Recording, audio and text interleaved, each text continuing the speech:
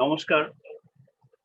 South Asian institute for advance research and development পক্ষ থেকে প্রত্যেক সানডের মতো আজকেও আমরা যে নলেজ সানডে প্রোগ্রাম আমরা অর্গানাইজ করি, আজকেও তার একটি বিশেষ পর্ব। আজকের কথোপকথন একজন রবীন্দ্র গবেষকের থেকে তার সাথে, যিনি শুধুমাত্র আমাদের ভারতবর্ষ নয় তথা বলা যেতে পারে আন্তর্জাতিক একটি খ্যাতিসম্পন্ন ব্যক্তি। তো আমাদের সাইয়াডের পক্ষ থেকে, সাইয়াড মহর্ষি নিউজ চ্যানেলের পক্ষ থেকে আমরা ধন্যবাদ জানাই এবং অভিনন্দন জানাই ডক্টর বিবেকানন্দ চক্রবর্তীকে। নমস্কার স্যার। মাইক্রোফোনটা অন করুন। নমস্কার স্যার। নমস্কার। অনেক ধন্যবাদ আমাদের এই অনুষ্ঠানে আপনার মূল্যবান সময় আমাদের দেওয়ার জন্য। এবং আমরা জানি যে আপনি অত্যন্ত ব্যস্ত মানুষ, নিজের পড়াশোনা তো আছেই, সাথে সাথে বিভিন্ন কাজ, একাডেমিক অ্যাক্টিভিটিসের মধ্যে, এবং সবচেয়ে বড় কথা আপনি মেদিনীপুরের একটি বিখ্যাত স্কুলেরও হেডমাস্টার। এবং তা সত্ত্বেও আপনার যে কাজের পরিধি ব্যাপ্তি, এটা সত্যি আমাদের যে কোনো ইন্সপিরেশনের বলা যেতে পারে যুদ্ধ করার মতো। তো আমি মানুষটি সম্পর্কে আসার আগে, তার সাথে বক্তব্য শুরু করার আগে আমরা তার সম্পর্কে কিছু কথা আমরা জেনে নিই। Dr. Vivekananda Chakraborty has been working in the field of education and literature for more than 3 decades. He holds his postgraduate and PhD in English literature. He is also a prideful recipient of 2 delegates, and he has authored 13 books on his credit, and his books on Taylor were won global recognition. He is a celebrated Taylor researcher, and University of Cambridge in UK has conferred upon him the certificate of honor. University of Malaya, Kuala Lumpur, Malaysia invited him to deliver key talk in a technical session of international conference in 2019, where he has conferred the Best Principal of the Year 2019 award. He has conferred the designation of CPS Peace Ambassador by the Center for Peace Studies, Sri Lanka, in 2019. And he was invited as the international speaker to Global Gurus Conclave in 2019, held on Eros Hotel, Nehru Place, New Delhi, where he had delivered speech on the value education and was conferred on Innovative Principal of the Year award. He is a prominent academician, administrator, author, trainer, columnist, as well as renowned academic educationist also, and Rabindra researcher. He has attended an invitation as the speaker in more than 50 national and international seminars in different parts of the world, not only in India. And not only that, he has till date, he has bagged more than 70 national international awards. Honorable Governor of West Bengal, Gopal Krishna Gandhi and Kashinath Tripathi, and Honorable Governor of Tripura, Professor Tathagata Ray, facilitated him for his outstanding performances. He is also a national level resource person on personality development, communication skill, and interview skills. And he is the recipient of National Award to Teachers 2015. And this award was conferred upon him by the Honorable President of Government of India. So thank you, sir, for joining with us with this resourceful and valuable lecture series of SciArt Knowledge Sunday program. And on behalf of SciArt, once again, I would like to give a special thanks to you for joining with us in this special moment and special evening. So with this, I would go hand over the microphone to Dr. Vivekananda Chakraborty without wasting so much time, and to hear his valuable lecture. Thank you, sir. Over to you. Thanks a lot, Professor Vishwajit Roy Choudhury. I would like to offer my sincere thanks to Professor Vishwajit Roy Choudhury, who is the chairman of SciArt, that is South Asian Institute for Advanced Research and Development. Welcome everybody, good evening. This is a program under the caption Journey of a Rabindra Researcher. And this program is organized by South Asian Institute for Advanced Research and Development. The topic on which I will deliver my speech today in this evening is Tagore's philosophy of education and its influence on Indian education. First of all, I would cordially invite those who are interested to join this program, a program where I will deliver my speech on Rabindranath Tagore, and I do pay my due honor to them. I do convey my gratitude to the director of Shayad Mahorshi News Channel for his endeavor to telecast this program. Now, I would like to articulate a few sentences about the aims and objectives of Shayad. Shayad is a MSME certified international platform under the chairmanship of Professor Vishwajit Roy Choudhury, a leading academician in our country, who, with his honest endeavor and in association with topmost academicians of the world, has constituted this international platform for the researchers across the globe. I feel proud to proclaim that I have been conferred with the honor of fellowship under the Shire, and I do discharge my duties and responsibilities being a fellow member of this prestigious organization. Shire has been formed in Kolkata with a motto to spread the arena of research throughout the world, particularly focusing on the major issues of the South Asian region. Shire, a research and knowledge hub, has started its journey with a broad vision and objectives to promote research, advocacy, education, and innovative ideas through publication, various outreach programs, collaborations, and partnerships for sustainable and cognitive development of the learners in this region. The basic purpose of this institution is to focus on the all-round development, especially for our students, to find out a platform for their future endeavors. For that purpose, Shire adopts a community-based approach through various training, education, awareness, and entrepreneurship programs, enriching with the modern phase of technological innovations. Shire emphasizes more on policy-based research interventions on multidisciplinary issues related to environment and socio-economic aspects, and sharing far-seeing ideas for the betterment of the society and humanity.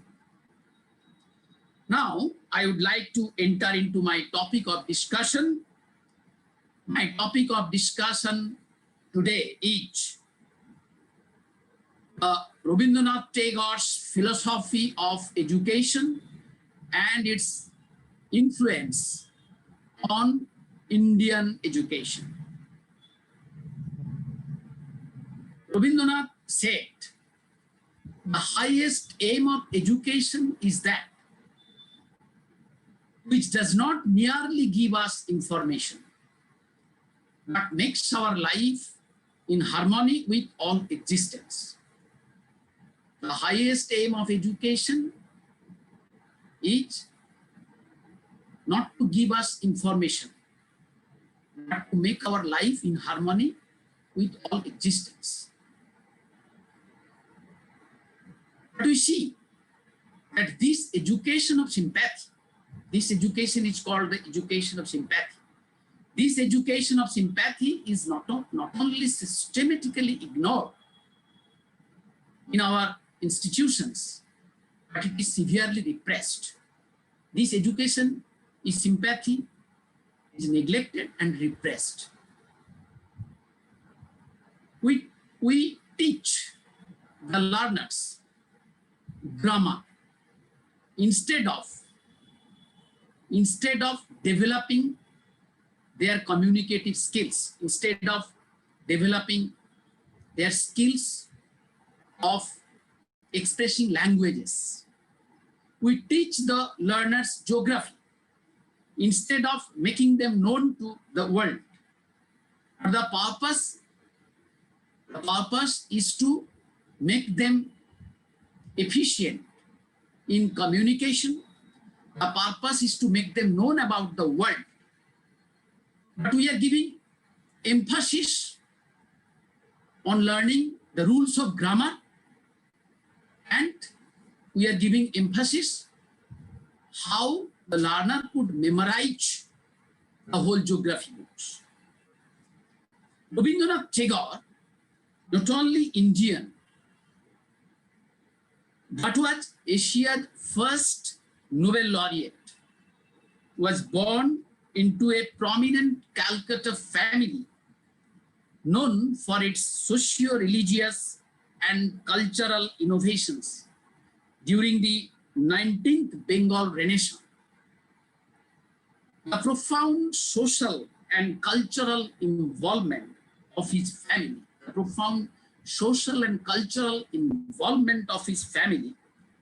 would later play a strong role in the formulation of Rabindranath's educational priorities.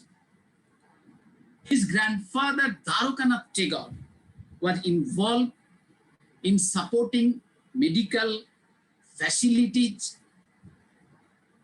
establishment of educational institutions, and promoting arts. And he fought for religious and social reform and the establishment of a free press. His father, Vivekananda Tagore, was also a leader in social and religious reform, which encouraged a multicultural exchange in the family mentioned Jurasanko. Within the joint family, Rabindranath's brothers and sisters were mathematicians, journalists, novelists, musicians, academicians, and artists. His cousins who shared the family mansion were leaders in theater, science, and a new art movement. So, this family played a pivotal role in the 19th century Bengal Renaissance. The tremendous excitement and cultural richness of his extended family permitted young Rabindranath to absorb and learn subconsciously at his own pace, giving him a dynamic, open model of education. Rabindranath was brought up in such an environment that he got liberty,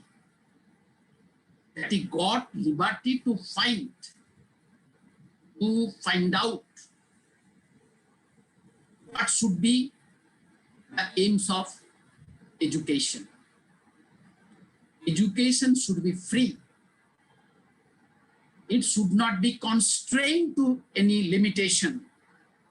He learned this from his family background, not surprisingly, he found it outside formal schooling to be inferior and boring. Schooling, he found the schooling to be inferior and boring. And after a brief exposure to several schools, he refused to attend school. He was admitted into 3 schools of Kolkata, but he did not continue his school education. He just joined the school. After a few days or few months, he left the school forever because he did not like the prevailing educational system in the schools. The only degrees he ever received were honorary ones bestowed upon him. He did not complete his school education. Ultimately, he did not complete college and university education. He did not have any degrees and diplomas, so-called degrees and diplomas from schools, colleges, and universities. But he was conferred upon honorary doctorate degrees from Indian universities and from abroad. His experiences at Jorasanko provided him with a lifelong conviction concerning the importance of freedom in education. He realized there must be freedom in education. Educational system should not be constrained to any rules and regulations, to any limitation. It should be free from all sorts of limitations, all sorts of bondage. There must be freedom of the learners. There must be freedom of the learners in course of their learning. He also realized in a profound manner the importance of the arts for developing empathy and sensitivity, and the necessity for an intimate relationship with one's cultural and natural environment. We may study science, we may study any branch of knowledge, but we must have a relation with the arts, because studying arts and literature would enhance our human feelings which are within us. And we must have knowledge with our cultural and natural environment. We should be introduced with our cultural and natural environment. In participating in the cosmopolitan activities of the family, there was a cosmopolitan views in his family, and in participating these cosmopolitan views in his family, he came to reject narrowness in general. Narrowness should be avoided. There must be broadness. Life is ever expansion, contraction is death. So narrowness should be avoided. Narrowness should be rejected. And he learned this from his family. And in particular, any form of narrowness that separated human being from human being, any narrowness, any boundary, any wall, any constrainment that separate a man from another man should be avoided. He learned this lesson from his cosmopolitan family. He saw education as a vehicle for appreciating the richest aspects of other cultures while maintaining one's own cultural specificity. He saw education a vehicle for appreciating the richest aspects of other cultures We should know the richest aspect of other cultures. At the same time, we should maintain the specificity of our own culture. We should know our own culture. At the same time, we should know the rich aspect of other cultures. As he wrote, I was brought up in an atmosphere of aspiration for the expansion of human spirit. We, in our home, sought freedom of power in our language, freedom of imagination in our literature, freedom of soul in our religious creeds, and that of mind in our social environment. Such an opportunity has given me confidence in the power of education, which is one with life and only which can give us real freedom. The highest that is claimed for man is freedom of moral communion in the human world. I try to assert in my words and works. I try to assert in my words and works that education has its only meaning and object in freedom from ignorance about the laws of the universe.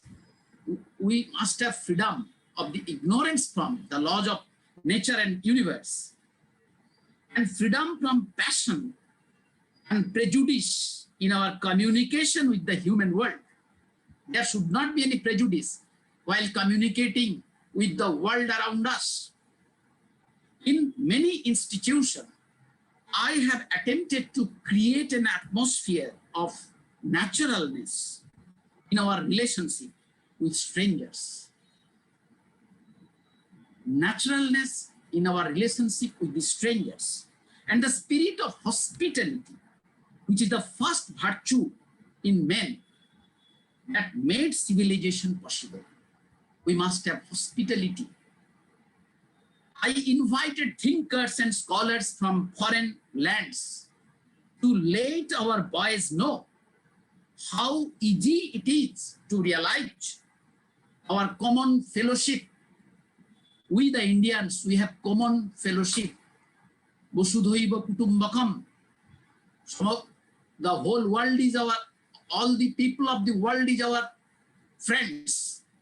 Vasudhaiva Kutumbakam. Udaro Churitanantu Vasudhaiva Kutumbakam. So I invited thinkers and scholars from foreign lands to let our boys know how easy it is to realize our common fellowship, how we could make friendship easily with the others. I wanted to let our students know when we deal with those who are great, and that is the puny, that with their petty vanities set up barriers between man and man. We make barriers between man and man due to our vanity, due to our narrowness. We should reject such vanity, false vanity. We should reject such narrowness. All the people of the world are our friends. Vasudhaiva Kutumbakam. In Tagore's philosophy of education, the aesthetic development of the senses was as important as the intellectual, if not more so.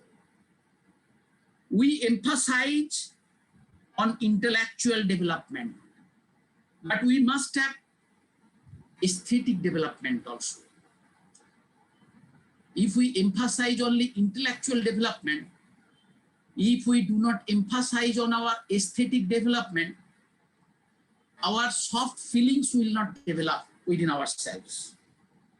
So, music, literature, art, dance, and drama were given great importance in the daily life of the school. In the daily life of the school which was established by Rabindra Tagore. But in normal schools, in general schools, there was no provision of learning, music, literature, art, and culture. For this reason, Rabindranath left the school and he thought of establishing such school where there will be provision of the development of the aesthetics, not only the development of the intellect. This was particularly so after the first decade of the school. Drawing on his home life at Jorasanko, Rabindranath tried to create an atmosphere in which the arts should become instinctive. One of the first areas to be emphasized was music. The first area of art which he emphasized is music. The learner should be inspired to learn music, to listen to music, to know how to perform music. Rabindranath writes that in his adolescence, a state of musical emotion gusted forth day after day at Jorasanko. We felt we would try to test everything, he writes, and no achievement seemed impossible. We wrote, we sang, we acted, we poured ourselves out on every side. We wrote, we sang, we acted, we poured ourselves out on every side. In keeping with his theory of subconscious learning, Rabindranath never taught or wrote down to the students, but rather involved them with whatever he was writing or composing. The students were allowed access to the room where he read his new writings to teachers and critics. In the room where he used to read out his writings to the teachers and critics, the students were allowed to enter into that room. There was an easy access to this room. He wanted to inspire the students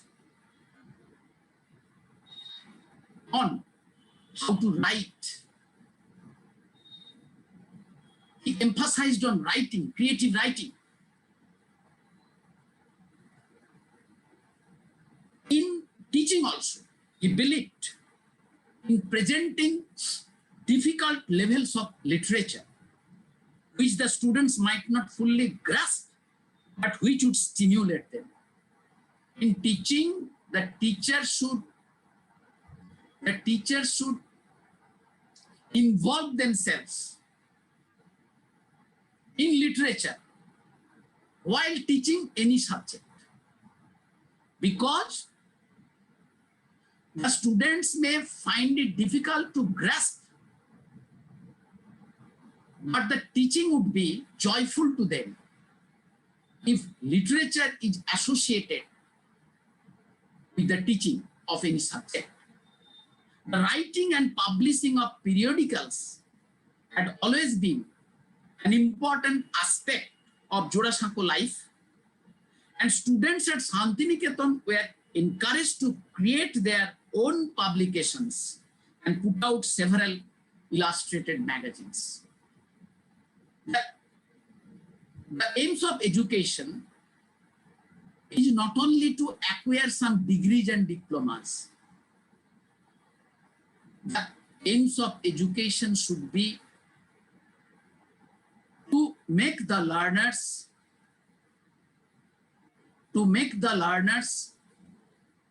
able to write their own writing. That is, there should be inspiration on creativity, and there should be inspiration on literature. Otherwise, the teaching and learning process will be dull to them. Rabindranath had understood that the educational system in British had enforced on India was to make some clerks in their offices, and if possible to inculcate in the so-called educated men a feeling of inferiority for their own culture and philosophy. At the British regime, the purpose of the British government was to make some clerks in their offices and to make the learners feel that the culture of India is inferior to the cultures of other countries. This was the purpose of the Britishers. This was the purpose of the British government. For this reason, Tagore pleaded for an education system in India independent of colonial control. He wanted that education should be out of the control of the colonial rule. This idea of Rabindranath gave birth to Shantiniketan, abode of peace, an ashram-style educational institution in which he provided education based on the principles of freedom, natural trust, cooperation, and joy. He left the school. He thought of establishing school. He left the school, but he thought of establishing such school where the learners will be interested to pass the whole day in a joyful atmosphere.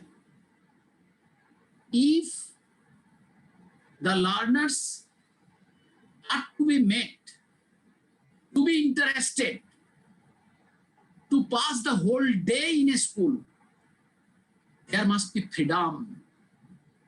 There must be joyful experience at the time of teaching learning process. With this view, he wanted to establish one school, and in the year 1901, he established Ashrama Vidyalaya. In his opinion, child's education would be more effective if teachers and pupils live and work far away from din and bustle of the city, like the teachers and students of the past. Now, at ancient India, we found the Ashrama Vidyalaya, which is far from home, which is far from the din and bustle of the city, where there will be a human relationship between the teachers and the learners. And he established Shantiniketan with this view, that the school will be far away from our home. It would be far away from the din and bustle of the city, and there will be a human relationship between the students and the teachers. This school should be home and a temple in one, a home and a temple in one place, where teaching should be a part of worshipful life. Tagore said, the fact that education is something vital, making the teacher's duties and responsibilities deserving of serious attention.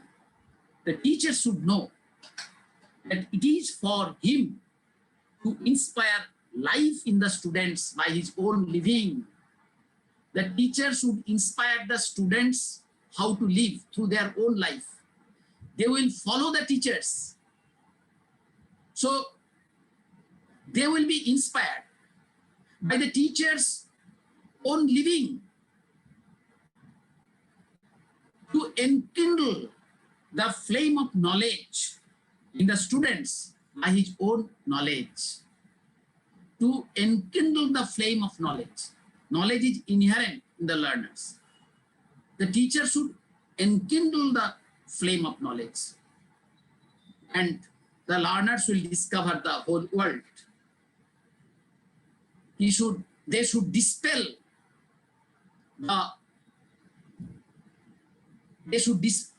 the veil of ignorance. This is the duty of the teachers. Rabindranath's educational philosophy was not a system in the prevalent. Rabindranath's educational philosophy was not a system in the prevalent sense of the term system. A system formulated by modern day pedagogies with rules and regulations and ready-made methodology in which teachers are taught how to teach particular subjects and prepare lessons and textbooks with set paradigms. Such type of system was not accepted by Rabindranath Tagore. Which system? The system where there are some rules and regulations and there are some ready-made methodology, and teachers are involved in teaching some subjects. Such type of education or such system was not accepted by Rabindranath Tagore. Rabindranath discarded the notion of textbooks. He put the responsibility of educating the students in a joyful manner upon the Guru.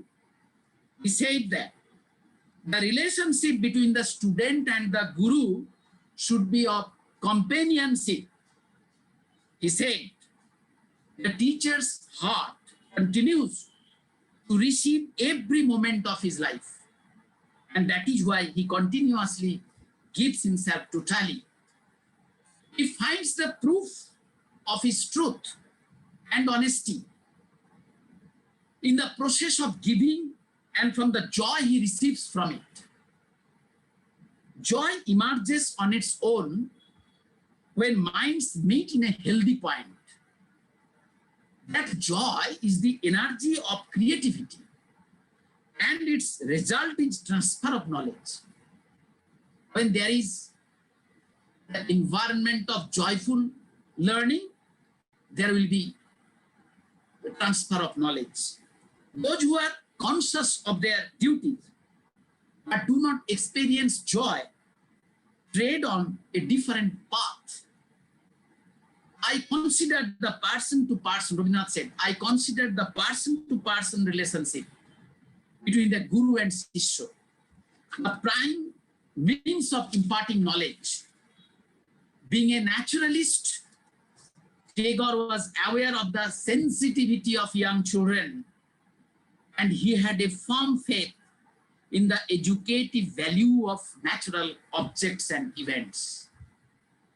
First important writing in this direction is Tapoban, which was written by Rabindranath Tagore in the year 1910 in the month of January, Tapoban. In this article, for the first time, Tagore introduced a new idea of the education of feeling, Bodher Sadhana. He emphasized on the education of feeling.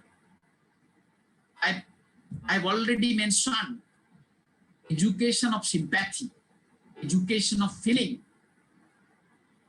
In the article Tapoban, Tagore introduced a new idea of education, that is Bodher Sadhana, and he distinguished it from the education of the senses and the education of the intellect. There is a distinction, there is a difference between education of the senses, education of the intellect, and education of the feelings. He emphasized on the education of the feelings instead of education of senses and education of intellect. This education of feeling consists of the realization of man's bond of union with the universe through the spirit, through the soul, through the deeper intuition of feeling, through the national system of education, India should endeavor to discover and attain the characteristic truth of her civilization pursued through the centuries by her prophets, thinkers, and saints. And that truth is not mainly commercialism, imperialism, and nationalism, but truth in universalism. The highly significant point here is that while Tagore is still talking in terms of nationalism and swearing by the ideals of ancient India, he is interpreting the highest of these ideals in terms of internationalism. He emphasized on broadness of thinking. He rejected all narrowness. So only nationalism is also a narrowness. And he emphasized on not only on nationalism, with the nationalism, we must have internationalism. A letter entitled Shiksha Vidhi, the method of education, Shiksha Vidhi, Shikha Vidhi. This is devoted to the problem of the philosophy of educational method in some of the fundamental aspects, as well as in the context of the existing socio-political and educational conditions in India. The stereotyped and mechanical educational atmosphere of India, the stereotyped and mechanical educational system of India was obstructing the originality or initiative of children. And he said that education can be imparted only by a teacher and never by a method. Education of sympathy could be imparted by a teacher. A learner should learn from a teacher, not from a method, not from a machine, not from a method. Rabindra said, man can learn only from a man. Just as a water tank can be filled only with water, and fire can be kindled only with fire. Life can be inspired only with life. So life can be inspired with life. As a water pond could be filled with water. A learner should learn from a human being, not from a system, not from a machine. The mere peel of a method, instead, shall bring us no salvation. In Stri Shikha, which was written by him on 1915 in the month of August, on the education of women, shedding some light on the philosophy of curriculum, Tagore writes, whatever is worth knowing is knowledge. It should be known equally by men and women, not for the sake of practical utility, but for the sake of knowing. From the both points of view, for the sake of knowing, for the sake of utility, both men and women have rights to education. He makes it clear that knowledge is above the limitation of mere utility. He rejects the common notion that in learning some common subjects with men, women would lose their femininity. If it was said that if a woman is involved in educational system, she can lose her femininity. But Rabindranath rejected that idea. Later in the article, he makes his point clear. Knowledge has two departments. One pure knowledge, the other utilitarian knowledge. In the field of pure knowledge, There is no distinction between man and woman. Distinction exists in the sphere of practical utility.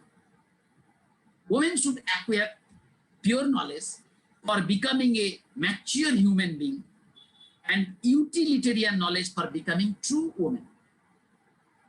A woman must have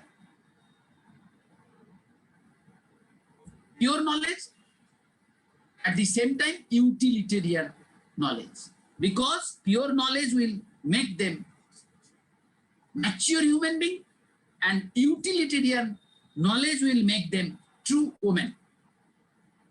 There are many more relevant work available that shows his social and value-based education philosophy. Based on Rabindranath's philosophy of education, we can find out some special traits which are relevant to modern education in India. Self-education, this is principles of self-education. What are the principles of self-education which Rabindranath emphasized on? Self-education is based on self-realization. And the process of self-realization is as permanent as that of education. What is most important in this is that the students must have faith in himself and in the universal self underlying his own individual soul. All those actions which provide a natural sense of satisfaction and environment will promote the educative process. This contentment is the reaction of the soul and hence not the same as mere satisfaction and pleasure. For acquiring of self-education, the students are to follow the following three principles. Independence. Rabindranath believed in complete freedom of every kind for the students. Sa vidya ja vimuktoye. Education frees us from all sorts of bondage. And Rabindranath believed in complete freedom of every kind, complete freedom of every kind for the students. The freedom of intellect, freedom of decision, freedom of heart, freedom of knowledge, freedom of action, and freedom of worship. But in order to attain this freedom, the educand has to practice equanimity, harmony, and balance. Rabindranath interprets independence as normalcy or the fact of being natural. In other words, when intelligence, feeling, and determination are naturally distributed, it can be said to be a state of freedom. This independence is not to be confused with the absence of control. Such type of independence, this is not that this is lack of control over the students. This independence is not to be confused with the absence of control because it is self-control. It implies acting according to one's own rational impulse. Once this level of freedom has been achieved, there is no danger of the individual straying from his path because his senses, intelligence, emotional feelings, and all other powers are directed by his ego. Perfection. The second active principle underlying self-education is that of perfection. Perfection here implies that the student must try to develop every aspect of his personality and all the abilities and power with which he has been endowed by nature. Hence, the aim of education is not merely passing examinations, acquiring degrees and certificates of merit, and ultimately achieving economic self-sufficiency through pursuing some profession. The sole aim of education is development of child's personality, which is possible only when every aspect of the personality is given equal importance, when no part of the personality is neglected and no part is stressed undesirably. Education is all-round development. Education is not acquiring knowledge. Education is not to acquire some degrees and diplomas. Education is not to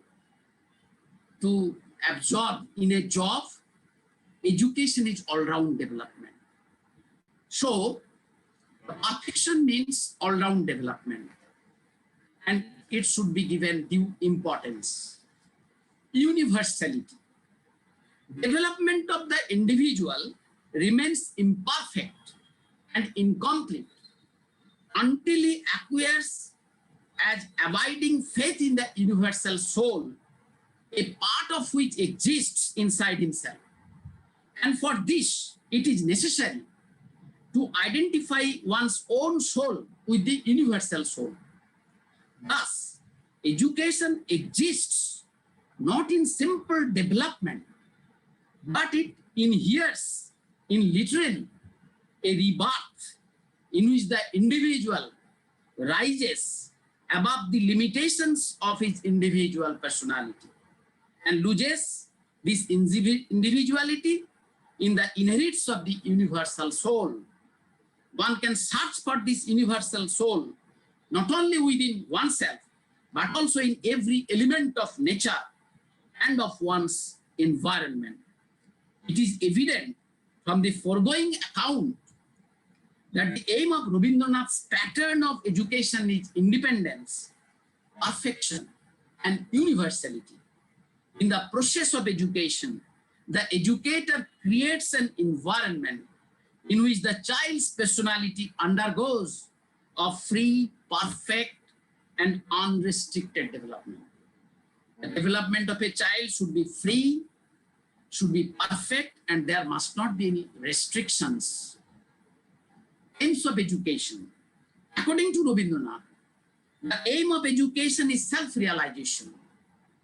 According to him, this realization by everyone is the goal of education. Self-realization, according to Rabindranath, means the realization of the universal soul in one's self. Man's aim of life is to achieve this status. It is a process which cannot be realized without education. Development, integral development. Defining the aim of education, Rabindranath says, the fundamental purpose of education is not merely to enrich ourselves through the fullness of knowledge, but also to establish the bond of love and friendship between man and man. This is the humanistic aim of education in Tagore's philosophy. He believes in an inner harmony between man and nature and God. Physical development. Like Swami Vivekananda, Rabindranath condemned the prevalent system of education which partially exercised the intellect only to the entire neglect, only to neglect the physical development. The education where only the intellectual development is emphasized and the physical development is neglected, Rabindranath rejects such type of education, such system of education. According to Rabindranath, education of the body in the real sense does not exist in play and exercise, but in applying the body systematically to some useful work. It is hence that he so much emphasizes on games in school education, pointing out the value of physical activities in the child's education. He says, even if they learn nothing, they would have ponds, plucking and tearing flowers, perpetrating 1001 mischiefs on Mother Nature, they would have obtained the nourishment of the body, happiness of mind, and the satisfaction of the natural impulses of childhood. Almost all contemporary Indian philosophers of education, including Gandhi, Swami Vivekananda, Dayananda, and Rishi Aurobindo, besides Tagore, lay emphasis upon the importance of setting educational institutions in natural environment so that the students may learn by their touch with nature, mental development. Besides the physical aim of education, Tagore equally laid emphasis upon the mental aim of education. Like Swami Vivekananda, he is critical of the prevalent system of education, which laid sole emphasis upon the bookish learning. To quote Rabindra, we know the people of books, not those of the world. The former are interesting to us, but the latter tiresome. In fact, the intellectual faculties which should be developed through education. These are the powers of thinking and the powers of imagination. Learners must have powers of thinking, learners must have powers of imagination, learners must have power of creativity. Not only learning some books through rote memory, which puts too much stress on memory and too little on imagination and thinking is harmful to the learners. Harmony and environment. The aim of education, according to Rabindranath, is the harmony of the students with the environment. The student should know his environment and create harmony with it. To harmonize with all existence, I have already quoted the lines from Rabindranath Tagore. To quote Rabindranath, true education consists in knowing the use of any useful material that has been collected to know its real nature and to build along with life a real shelter for life. This is particularly true about the rural education. Education will inspire us to know the cultural heritage and will enable us to interact with the environment around us. Earning livelihood. About the aim of education, Tagore's approach is realistic. He says, knowledge has two departments, one pure knowledge and other utilitarian knowledge. Whatever is worth knowing is knowledge. But Rabindranath does not ignore earning of livelihood, which is related with the aim of education. Therefore, he says, from the very beginning, such education should be imparted to them that they may become practically efficient in all respects for earning their livelihood.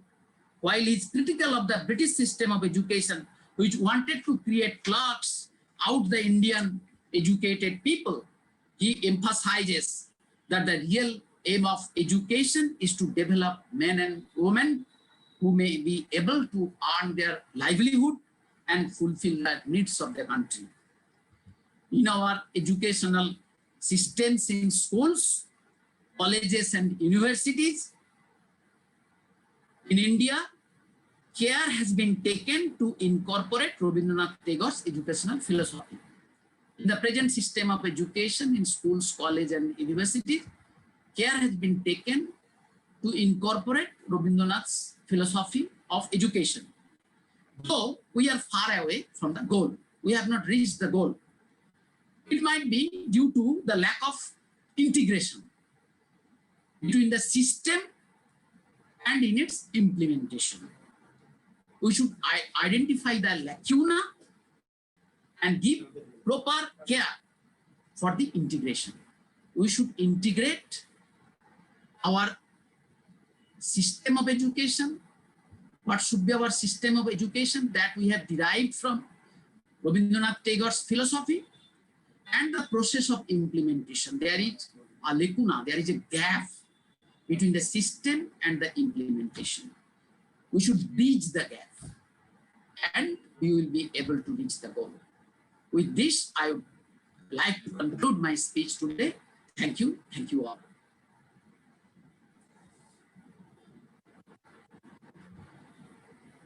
Thank you, Dr. Chakraborty. for your valuable speech. And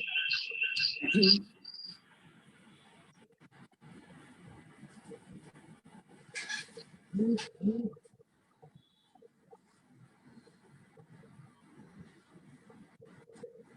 thank you for joining and delivering wonderful speech on the research, the education, Ravindranath, and all that bringings. And really, it's a very wonderful lectures you have delivered, and also your lecture.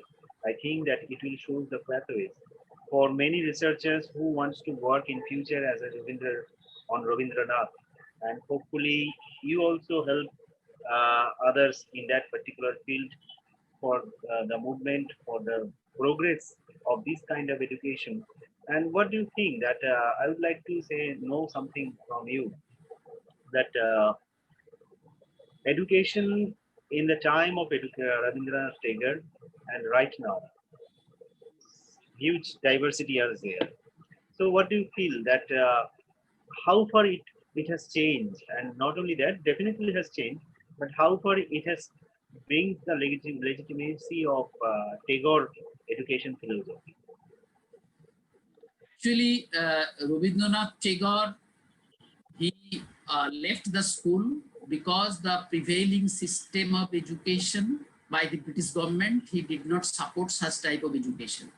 Because such education was under some rules and regulations, was based on syllabus and curriculum, was based on the controlling of the teachers over the students. He neglected such type of education. He rejected such type of education. Therefore, he left the school, and he wanted to establish a different school where the learners will learn independently with freedom, and emphasis would not be given on syllabus and curriculum. Rather, there should be creativity, there should be provision for the improvement of or the development of imagination and thinking.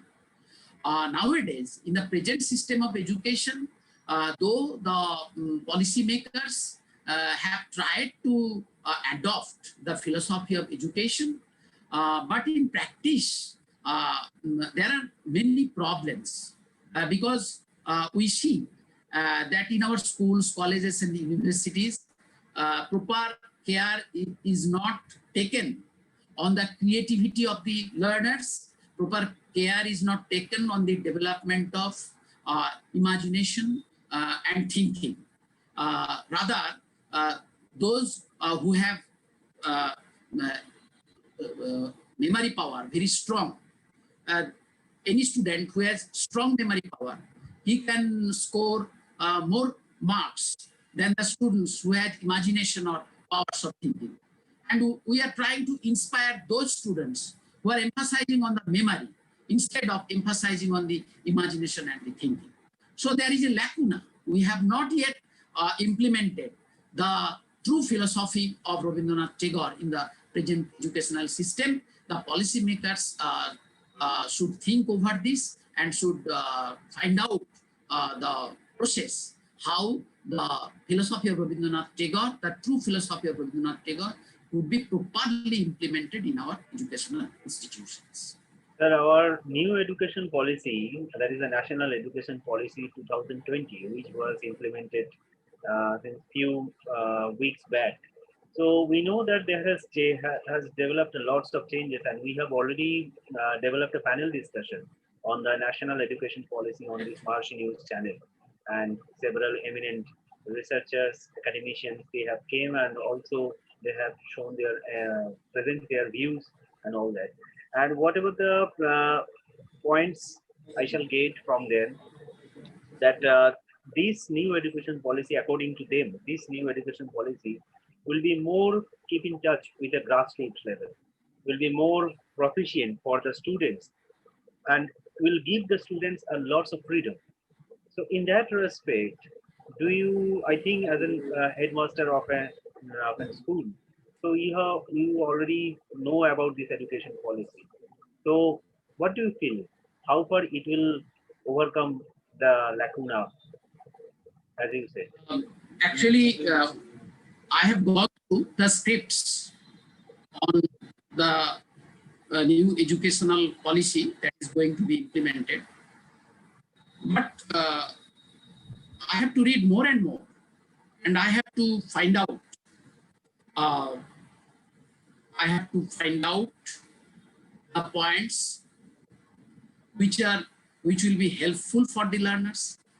I have to find out the points which will not be helpful for the learners. But I think that this policy uh, is better than the prevalent policy, educational policy in our country. So definitely, we will expect that there should be some criticism, there should be some post-mortem in Right, case, because right, right, any right, policy can be under right, surveillance, and right, it could be better. What will be the better for our students in future? That right, should right, be implemented. right, Either right. it may be It should be uh, analyzed properly. that should be It implemented. should be So analyzed properly. yeah, We have, definitely it should be analyzed properly. right, So right, as an headmaster, your school is a renowned school in Midnapur town, and also you have worked a lots, and I saw your library so much times in Facebook, and also I saw in behind of you.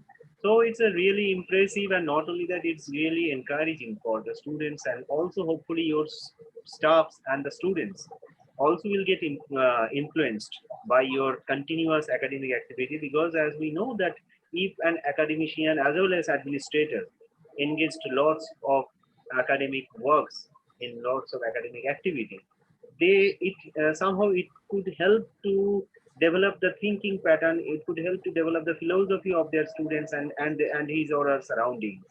So your activity, how do you want how far your activity or your uh, philosophy or your thinking pattern influenced your students and the school for the development?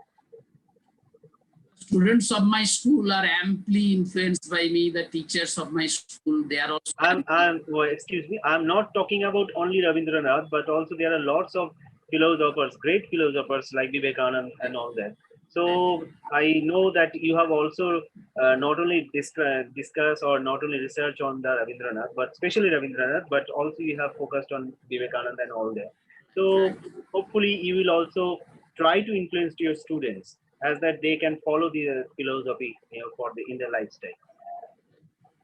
I always try to inspire my students. I always try to inspire also whenever I deliver any speech in the school, I always try to quote lines from Rabindranath, lines from Swami Vivekananda. Once I said to the students a few lines from Swami Vivekananda, to succeed you must have tremendous perseverance. I will drink the ocean, says the persevering soul. At my will, the mountains will crumble up. Have that sort of energy, have that sort of power, and work hard, and you will reach the goal. One student, he listened it very attentively. He came to me and he just told me, sir, please repeat it again. I would like to write it down. I repeated it. He wrote it down. Then I saw that that student was completely changed after a few days because he wanted to know the underlying meaning of these sentences, and he tried to change his life. So the teacher should inspire the students. And I think I always try to inspire my students. The students are amply interested and inspired by me, the teachers also. Sir, one more thing I would like to know that right now government of India has announced the philosophy or a concept that is the Atmanirbhar Bharat startup skill in India like that. So the main notion of that philosophy or that concept is that to prepare our country a skillful country, and not only that, a self-sufficient country that can support ourselves and also support others' country too. So these are the main motto which I feel. So in that case, as an administrator, do you support your student? Do you do any kind of mental, their psychological balance for this kind of attitude for the student, as that they can be a self-sufficient, not only to beg the job from the government, because this is the I, beginning time to develop their mental setup for the skill right, for right. the India. Yeah. It is right time. It is right time to prepare the students that they should not hanker after the government service. They should prepare themselves so that they can stand on their own feet. Education is that which makes a man to know how to stand on his own feet, and we should uh, we should inspire the students not only to hanker after government jobs, not only to hanker after some government services, but they should do in such a way that they can earn their livelihood and they can stand on their own feet. Is there any extra curriculum activity you have implemented in your school for the students out of their curriculum part or session? Yes, yes, I have in my school there are so many amenities, so many systems are there. They learn songs, they learn recitation, they learn drawing. Uh, there is one trust also, Dinabandhu Trust, which provides free coaching to the students, which provide free computer learning to the students. I have already established this free system in my school also. Very good, sir, and really encouraging.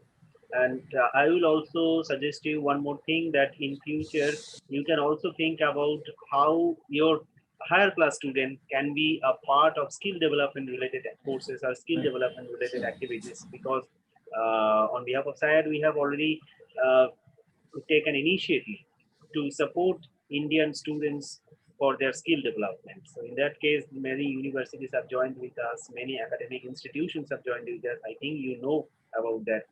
And in that case, in future, if you have any requirements, any support from Sure, SIAD, sure, I am with you.